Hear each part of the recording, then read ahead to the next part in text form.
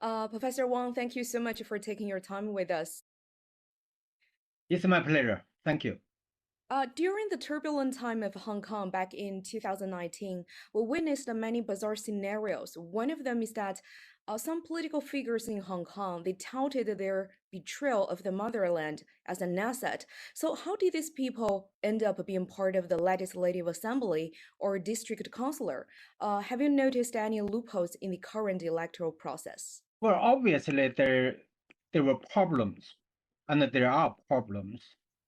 As you may recall, during the elections, a number of candidates claimed that once they were elected, they would do something contrary to the wishes, to the will of the people. They said they wanted to do something not in compliance with the basic law, and they would do something at their own wish. And actually, a number of them, as you may recall, went to other countries.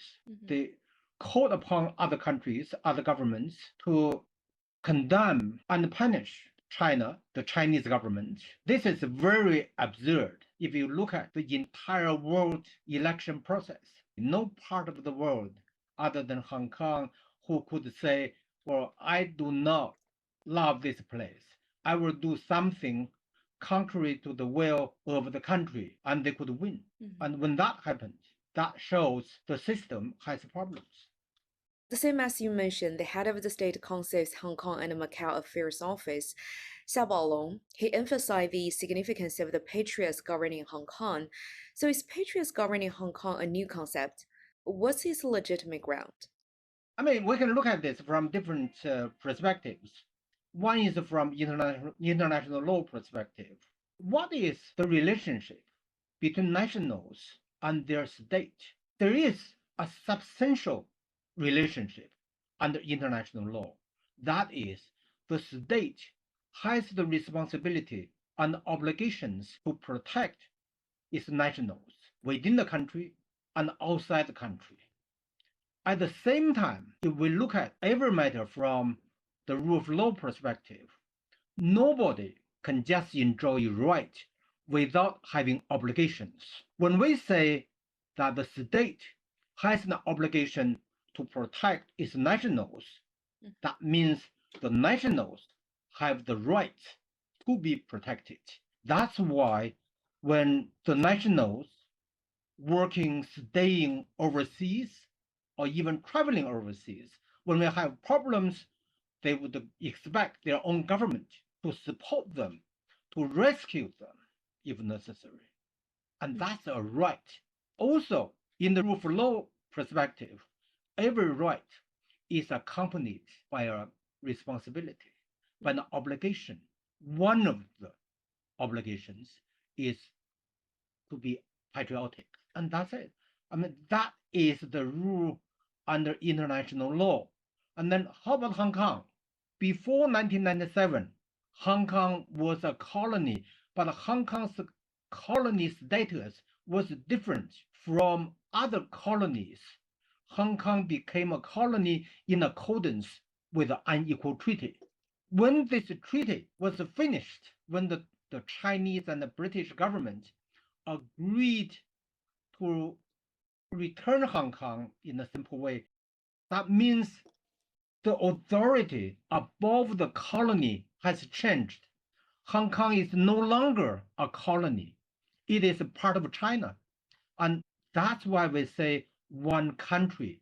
Within this one country, all the citizens, all the nationals, including those nationals of Hong Kong, are Chinese nationals, and they have obligation to love the country, to be patriotic. Under this condition, the two systems would be practiced.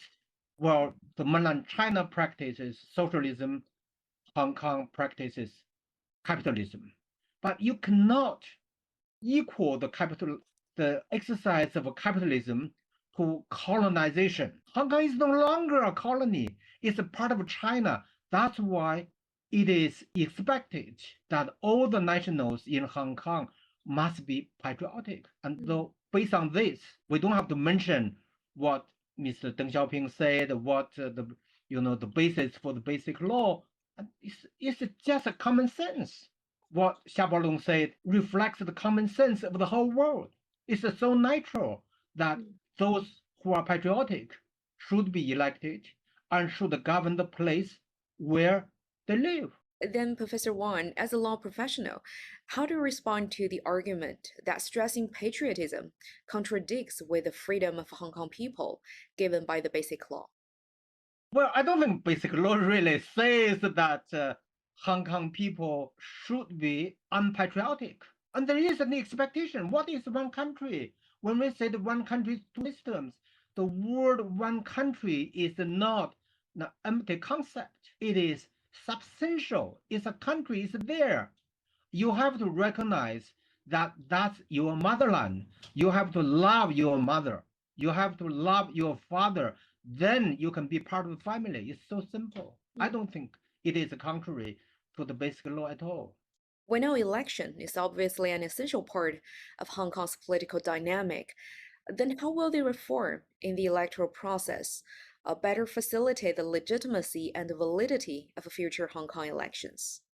First, the system needs to be changed, needs to be reformed so that the patriots will be in a position to govern and the Hong Kong people will be legitimately represented. I don't think those people who are non-patriotic can represent me. No, I don't think they can represent the majority of Hong Kong people. So whatever system we are going to have, what direction we are going to reform the system, we have to make sure that a one country, two system policy will be unchanged, will continue.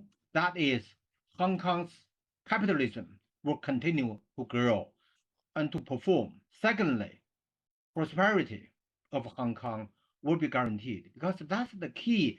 Think about why Donald Trump could not be elected because people suffered. Economy. Whenever we think about the responsibility of the governments, what are we talking about? Economy. Without economy, you cannot have good health, and you cannot not have anything else. So, to guarantee the prosperity of Hong Kong should be a very important aim of the election system reform. Third, whatever direction the measures are going to be adopted in the election, equality should be guaranteed. That is, those who are patriotic must be given an equal opportunity to compete with each other. At the same time, when we say patriotic govern Hong Kong, it does not mean that this government should not tolerate any different views. That we should have different views. We should allow differences. But such differences should be expressed for the betterment of Hong Kong, for the betterment of China. We all were at the stage of being a child. At home, we may disagree with our parents. And once we are out of the family, when other people criticize our parents, what is our reaction? Naturally, we will become angry. Why? Because we love our parents. I think that atmosphere should be created. That is, within the family, within the one country, in the two systems, we can discuss anything. But we know our differences are on what we should do so that everyone can benefit, so that the country will become better.